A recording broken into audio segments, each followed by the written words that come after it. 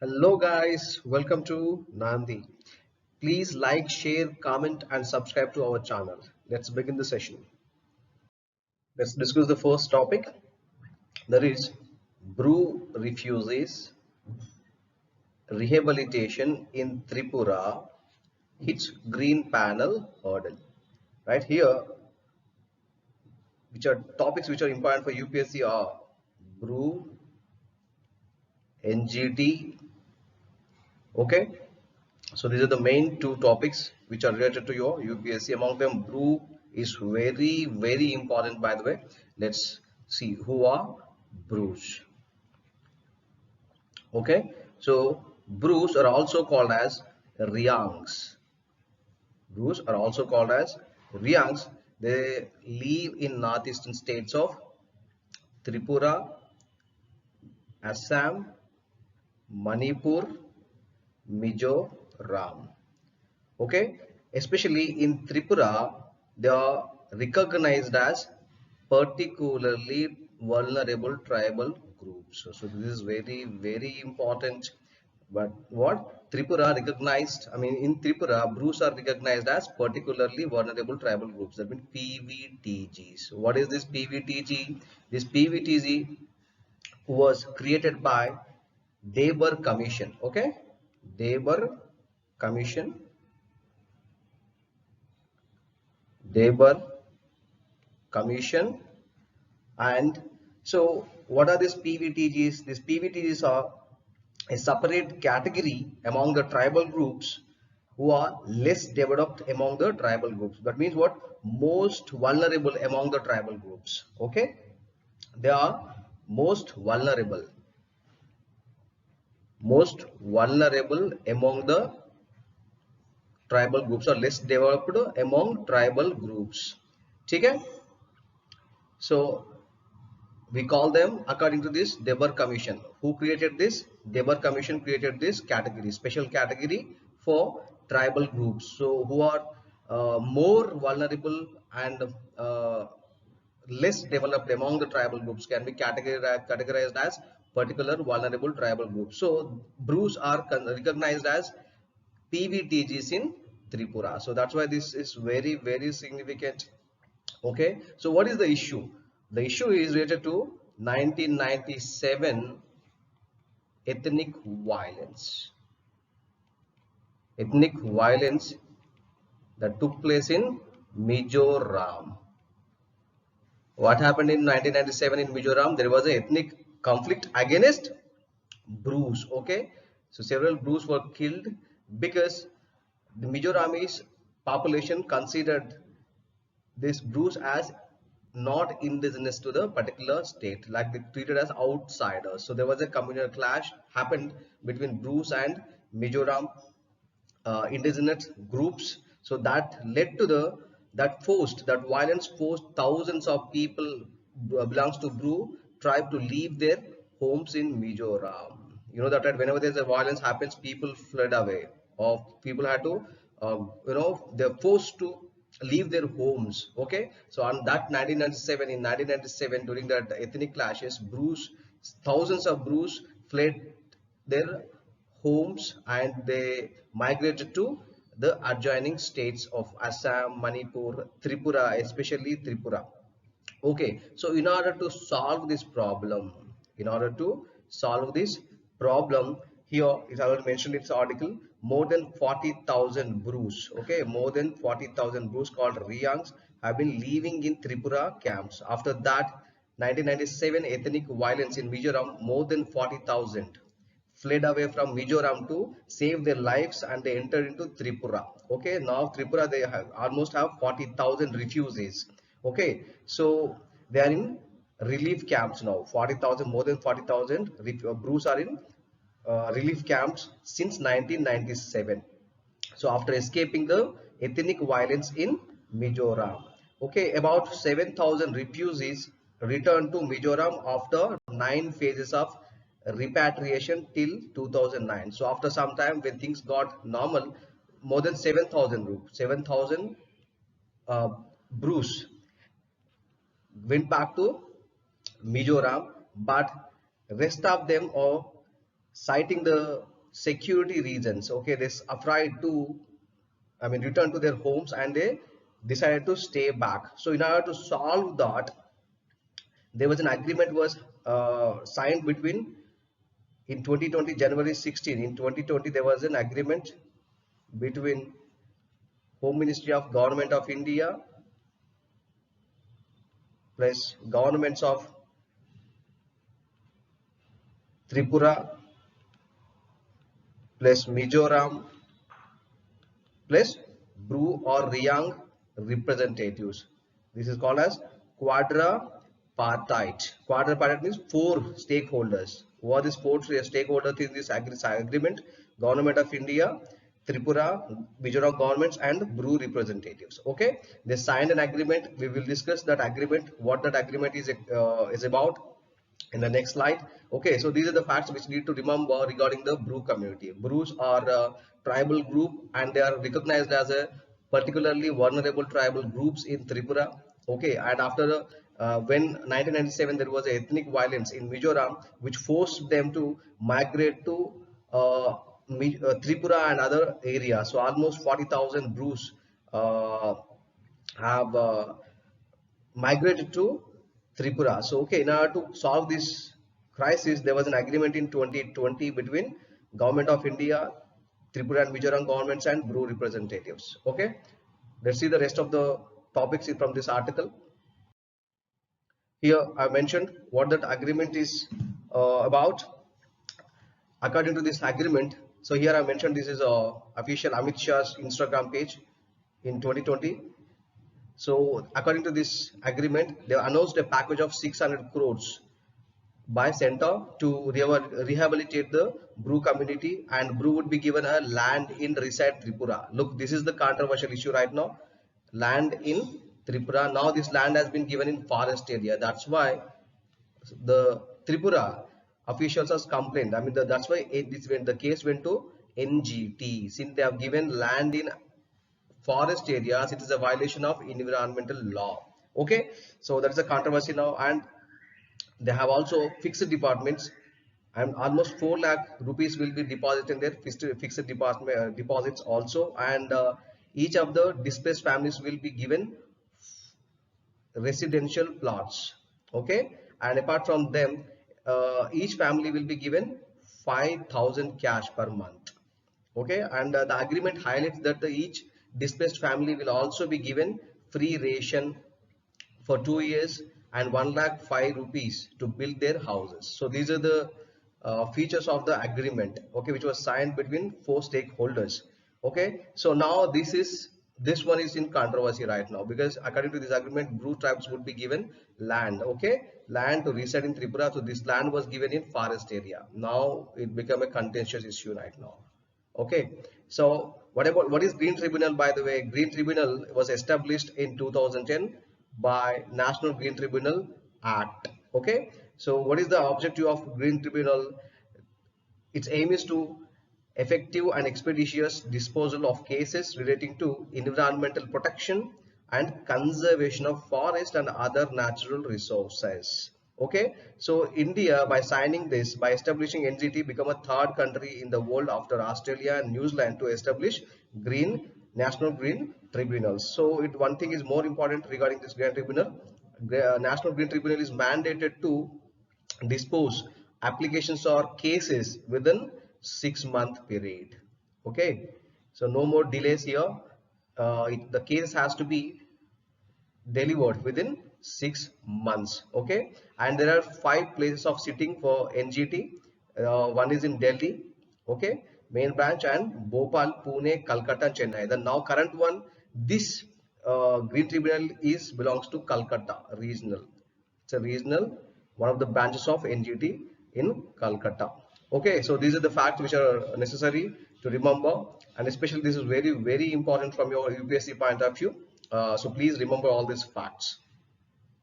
Yeah, this article talks about slowing of projects worries railways infrastructure and the related infrastructure development.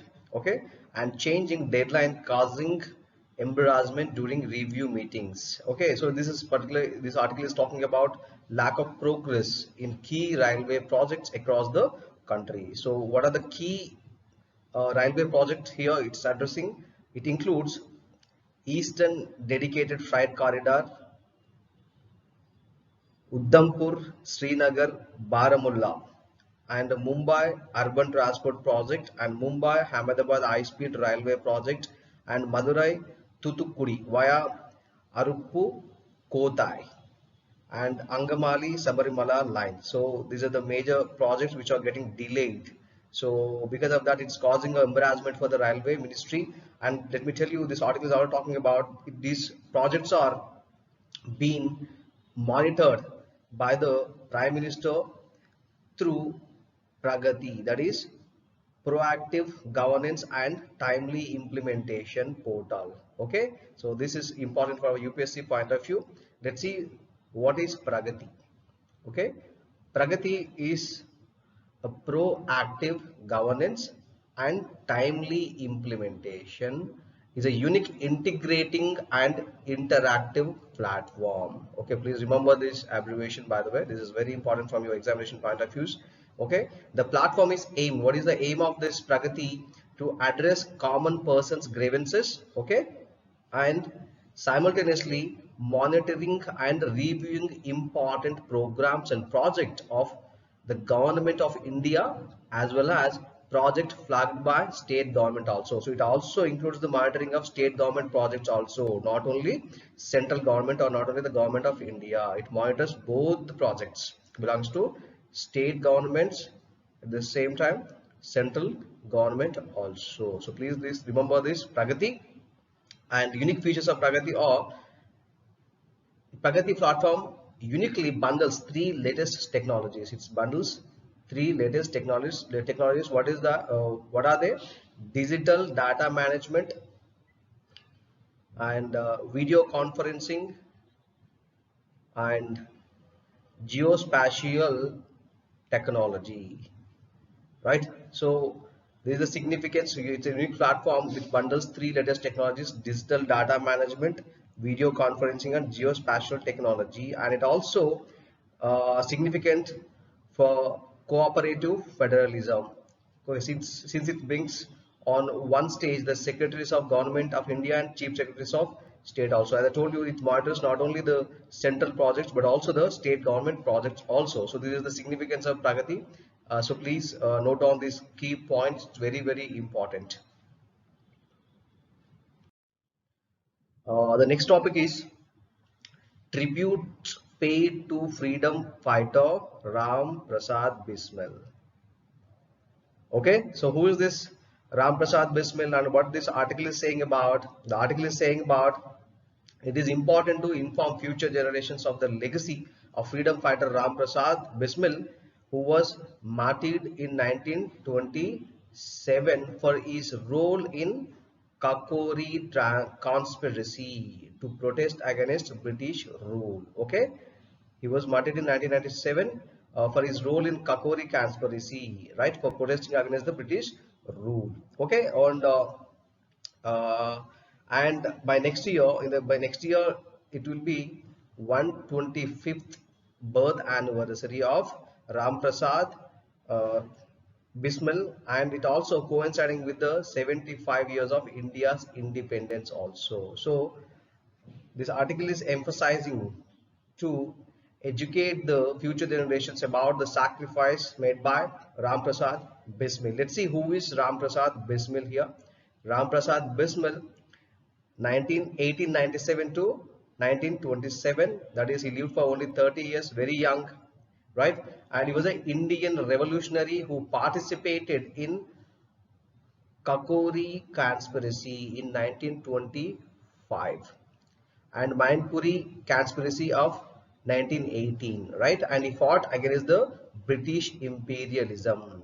Okay, Bismil was hanged in 1927 by British for his revolutionary activities against the British government, and he is not only a freedom fighter, by the way. He is not only a freedom fighter.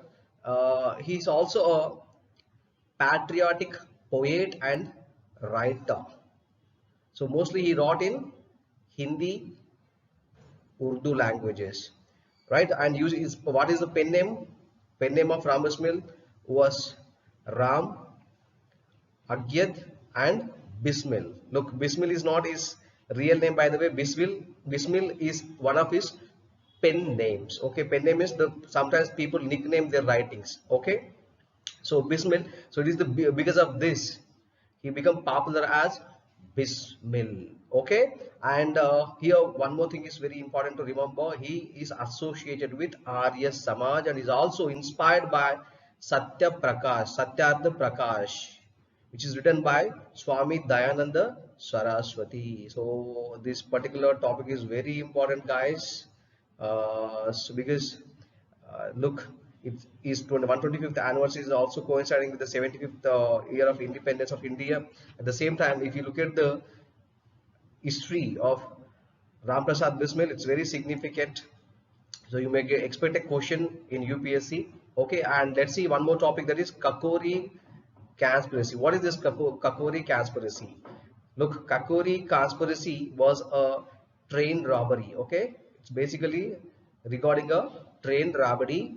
It was an armed robbery which took place on 1925 in a train in central Uttar Pradesh. Okay, the robbery occurred at a town named Kakori. Okay, about 16 kilometers from, it is a distance of 16 kilometers from Lucknow. Okay, and who planned this Kakori conspiracy? It was planned by Ram Prasad Bismil and Ashfaqulla Khan, and who executed it, by the way? Bismil Khan, and the most significant name is here Chandrasekhar Azad. Okay, you might have heard this name. Chandrasekhar Azad also related to this Kakori conspiracy, right? So these are the significant names you have to remember. It was planned by Ram Prasad Bismil and Ashfaqulla Khan, and executed by Bismil Khan and Chandrasekhar Azad and others. Okay, and so in this case, because of this case, he was sentenced to death, hanged by hanging at the age of 30 years. He was very young by that time, and he was hanged along with some other, and some others were imprisoned for life. Okay, so this is the data which is important for UPSC perspective point of view. So please remember this, which is very, very important, guys. So please, you have to memorize these facts. The next topic, NSG, that is National Security Guard and Rashtriya Raksha University sign a pact. Okay, so what is this pact is about? The aim of this pact is to strengthening of core competencies of the energy, which are counter terrorism, counter improvised explosive devices, that is IEDs, and anti-hijacking. And at the same time, it promotes to development and production of niche equipment by incubating Indian startups. So this is the significance of this agreement. But let's also see what is energy, by the way. So energy is a counter terrorism unit that formally came into existence in 1986 by an act of parliament, that is National Security Guard Act 1986. It's a statutory. Okay, the idea and why this national energy was established, the idea behind raising such force came in aftermath of the Operation Blue Star. Okay, Operation Blue Star. So you know that, right? The Indian military action carried out to remove militant religious leaders from Golden Temple, Amritsar in 1984, and Akshardham Temple attack and the assassination of Prime Minister Indira Gandhi. So for combating terrorist activities with a view to protect states against internal disturbances. So because of this background, in this context, in the context of Operation Blue Star, this particular agency was raised by the central government. Okay, and it operates under Ministry of Home Affairs. So please remember this. It's not Defense Ministry, by the way, it is Home Ministry. It operates under Ministry of Home Affairs. Okay, so this is the data. It was established by National Security Guard Act, and it also, the idea behind Rising Such came aftermath of the Operation Blue Star. Okay, so this is the data you need to remember here. Next topic, G7, that is group of 7 to pledge 1 billion vaccine shots for world. So in order to tackle the COVID situation, the pledge to manufacture 1 billion, okay, 1 billion vaccine shots for the world. Okay, so what is, by the way, what is G7? Let's see what is G7 group. It's a group of 7 major advanced nations, major advanced and most industrialized, okay, most developed and most industrialized nations of the world, and were the members Canada, France, Germany, Italy, Japan, United States of America, United Kingdom. So these are the 7 nations which are part of this G7. And if you look at the numbers, okay, the strength of G7 in numbers, it consists of almost 40% of global GDP, and 1/10 in population wise, it consists of 1/10 of global population. So there one more thing which is important. Originally it was a G8. By the way, originally it was a G8, but in 2014, Russia was suspended because over annexation of Crimea. Okay, so in 2014, Russia was removed from this group. Now it become a G8, become a G7 in 2014. So these are the facts which are necessary to remember for your examination point of view. So please pay attention to all these issues.